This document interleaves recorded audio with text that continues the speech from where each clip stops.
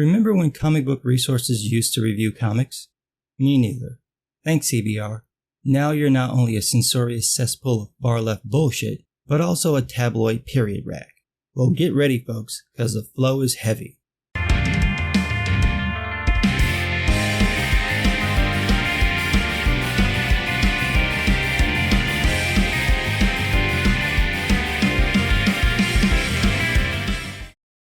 You know, the thing I love so much about feminist arguments is that they're so easy to dismantle because everything you need to disprove them is already in the arguments. CBR's Hannah Collins penned an article called A Brief and Frosty History of Fridging Female Characters. Jesus Christ. Take it easy on the bottom of that barrel, Hannah. All that scraping is scaring the cats. Do you have nothing else to write about? Nothing. This is the best you can do, digging up a 20-year-old bullshit theory to pander to a bunch of feminists who don't even actually read comics. Hannah starts off by mentioning the history of women in refrigerators, saying, quote, "The term women in refrigerators has been a part of the critical vocabulary of pop culture for nearly 2 decades now.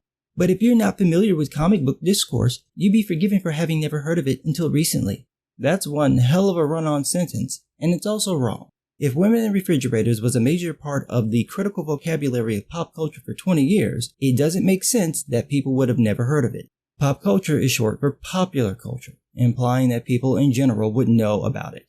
Everybody knows what Star Wars is, even if they've never seen the movies. That's pop culture. If people don't know what you're talking about, it ain't pop culture. So let's fix your bullshit statement. The term women in refrigerators has been a part of the critical vocabulary of feminist discourse for nearly 2 decades. There you go. If you'd gotten a degree in English instead of gender theory, you'd know how to properly construct a sentence. She goes on, quote, "Thanks to the 2 biggest superhero movie releases of 2018, Avengers Infinity War and Deadpool 2, using the troublesome trope to hang key plot points on, the term has re-entered our conversation about comic book related media." I want all of you to keep in mind, Hannah got paid to write that. Someone gave this woman money to write about 2 female characters dying who will be brought back to life. One who was brought back to life in the same film. These troublesome plot points are the typical motivating factors found in stories in every culture throughout all human history. It's not unique to female characters. One of the greatest epic poems, Gilgamesh, is built around a guy getting revenge for the death of his male friend. But that was a guy. And you know feminists, if it happens to a dude, it doesn't count. So Hannah decides to femsplain this idiotic theory of fridging to the people who supposedly already know what the term means. Brilliant. I'm not going to waste time reading it. Here's the rundown. Gail Simone wanted a job in comics and wasn't getting it quick enough, so she made a website where she listed dozens of examples of female characters being killed, depowered, or used as plot devices and labeled this sexist. The event that supposedly prompted her to do this was the death of Green Lantern Kyle Rayner's girlfriend. A villain killed her and stuffed her body in Kyle's fridge. That book came out in 1994. Gail's site went up in 1999, so you know it was a driving force for her. It's a con, just like tropes versus women, and it worked.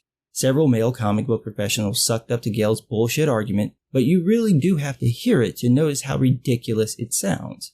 Gail said, quote, "This is a list I made when it occurred to me that it's not healthy to be a female character in comics. I'm curious to find out if this list seems somewhat disproportionate, and if so, what it means, really. These are superheroines who have either been depowered, raped, or cut up and stuck in a refrigerator. Some have been revived, even improved, although the question remains as to why they were thrown in the wood chipper in the first place. It's called storytelling, sweetheart. I know that's a foreign concept to you, but really, that's all it is." Seriously, look at her argument. How many female characters do you see appearing as random villains to be destroyed by the heroes? How many female thugs? How many female criminals? When bad things happen to women in fiction, the violence done to them is always shown as morally horrible. We don't see women ever use this cannon fodder. You're more likely to see boys murdered and tortured in fiction as something those boys deserve than you would ever see it happen to women. Even when the women are villains, they're still treated in a much kinder way than their male counterparts.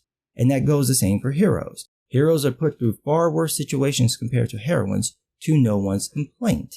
So this claim about there being a disproportion is bullshit. And the easiest way to show this is that Gail never bothered to look up examples of male characters and list them as well. That's actually how you would compare these concepts. Instead, she listed as many examples of what she and others considered sexism against women and used that as proof. So that's the actual content of Gail's argument. The way feminists like to apply the argument is by showing examples of bad things happening to female characters. Hannah tries to break this down, but fails in her own argument. She writes, quote, "Over time, the trope has evolved to encompass not only the damage done to a female character, but the consequential effect the damage has on her closest male ally, be it her friend, boyfriend, husband, father, brother, or son." No. That's actually part of Gail's original argument. You never read Gail's website, did you, Hannah? You have no fucking clue what you're talking about. Like this, she says, quote, "From this, we can split the trope into two subcategories. One is the disposable woman, a female character created solely to be hurt or killed for the purposes of advancing the story. Elongated Man's Wife Sue Dibney is about as disposable as it gets in 2004's Identity Crisis crossover. Her rape and murder is used purely to incite the drama for what was billed as the comic book event of the year." You mean like how Tim Drake's father was killed in that story, to turn Tim into a darker character. Male characters are killed for shock value all the time. Yes, it's a plot device, and a trope, primarily because it works. Brad Meltzer, the writer of Identity Crisis, wanted to address what happened when villains learned heroes' secret identities, but conveniently forgot them. He also wanted to show that the heroes weren't the saints they were held up to be. In order to do this, he needed an event, something so terrible that the heroes would act in an essentially villainous way. Sue Dibney, a character who's existed for decades, was a catalyst for this. Her rape acted as the catalyst for the heroes behaving villainously, and her murder was the plot device to begin the story. Could Meltzer have chosen a male character? Sure. Would you have cared what happened to the character if he did? No.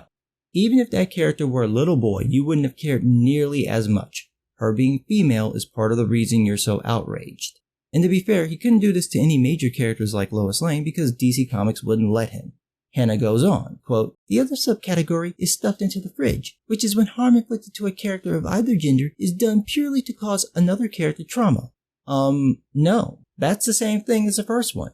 The only difference is that you left out the part about advancing the story and snuck in a little bit about either gender, as if anyone is stupid enough to think you or Gail or any jackass peddling this bullshit argument gives one iota of a fuck about violence against men, be they fictional characters or real people. What you describe is the impact the act has on the characters in the story. That advances the story, which is partly the point of doing it. Do you not know anything about how stories are told, sweetheart? Moving on. She says, quote, "The worse the book looks, the louder the obligatory no will be." This happens to male characters all the time. Splinter, Qui-Gon, Obi-Wan, Sasuke Uchiha, Krillin, Piccolo, Alphonse Elric, Jason Todd, Bucky Barnes, Ben Parker, Thomas Wayne, Jonathan Kent. The list goes on in every medium, so this is a bullshit argument.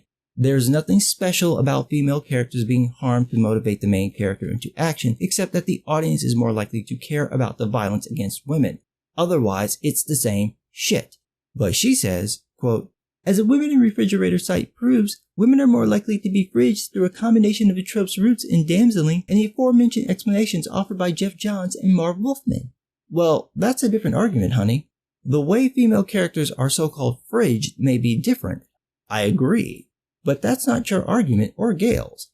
Y'all are saying that women being harmed at all is unique and disproportionate, and it's not.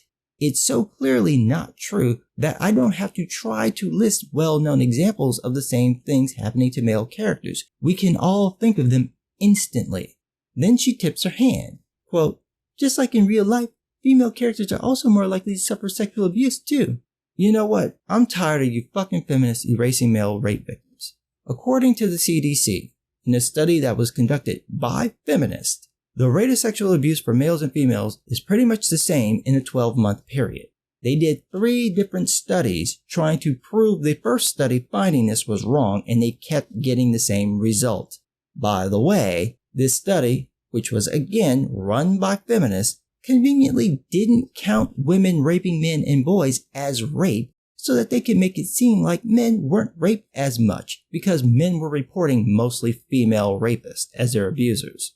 You don't have to take my word for it. I'll put the links down in the description below. Just want to clear that shit up. Stop erasing male victims to make your fucked up point. You don't have to do that. So this asshat continues, quote, "Male characters are more likely to be the beneficiaries of stuffed into the fridge anguish." Really? They're benefiting from their girlfriends being viciously killed. It makes them feel good or something? What the fuck is wrong with you? Oh, feminist. Never mind. Partly because the outnumbered female ones are treated as being less disposable. What books have you been reading? Every thug Batman has ever broken in half has been male. Every one of them. The only time you see women specifically targeted is either to make the villain look really evil or to get an emotional response out of the audience because, as Hannah says, quote, we tend not to automatically empathize with them in the way we do with female ones. Rather, empathy for men has to be created. Exactly. So you're complaining about something being done because people like you think raping little boys isn't quite as bad as touching a woman's ass. So if you want a bitch, walk your trifling ass into the bathroom and look in the fucking mirror. That's the only person you have to blame. If you gave a shit when bad things happen to men and boys, writers would use them instead of women and girls. You don't. So when writers want the audience to really care about what happens, they have to pick a woman. You just disproved your own argument. You admitted that this stuff happens to male characters, and you showed why writers will use a female character sometimes. And then she shows just how stupid the argument is by showing why Batman and Superman are superior characters to Wonder Woman. Quote, superheroes of the manly variety. The word hero is technically neutral, but we do have a word for female heroes. Heroine. So just use that word instead of trying to be clever. Superheroes have a double dose of this problem because their superiority is right there in the name. We can't root for a billionaire tech genius in a batsuit without a couple of murdered parents in his backstory, or Kryptonian goodness incarnate without the loss of his entire homeworld. That makes them superior. How? Oh, it's the oppression Olympics. Because they suffer, they have it worse, and that means that they're better than everyone else. Got it. As for Wonder Woman, she voluntarily left the utopia behind to give us mortals a hand. Oh, poor her. Yeah, that's why it's so tricky to write good Wonder Woman stories, because ultimately her goodness is purely egotistical. Literally, I'm so much better than you are that I'm going to teach you how to be better too. You know, that sounds familiar. Where have I heard that before? Ah, feminist.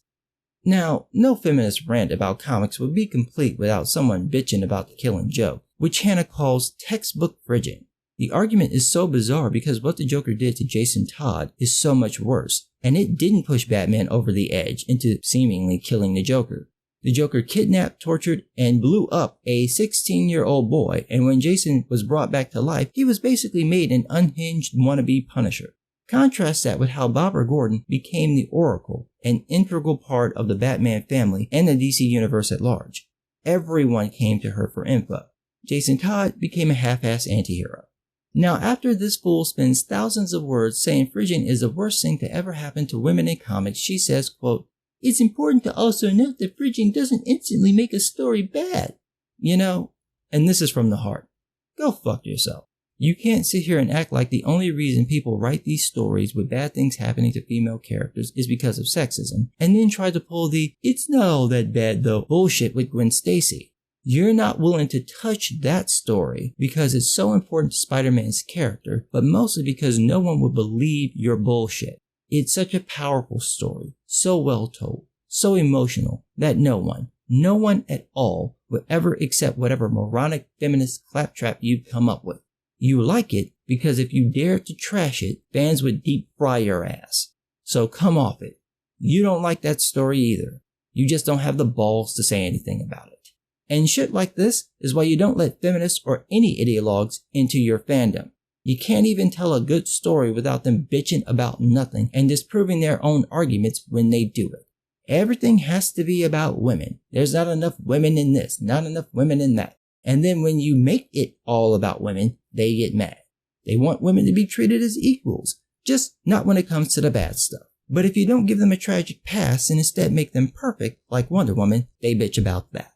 You can't win with them because all they want to do is complain, and they will lie, like Gail Simone, just to have something to complain about. Too bad for them that actual comic book fans have their shotguns fully open and they can see through your bullshit. But what do I know? I'm just some guy.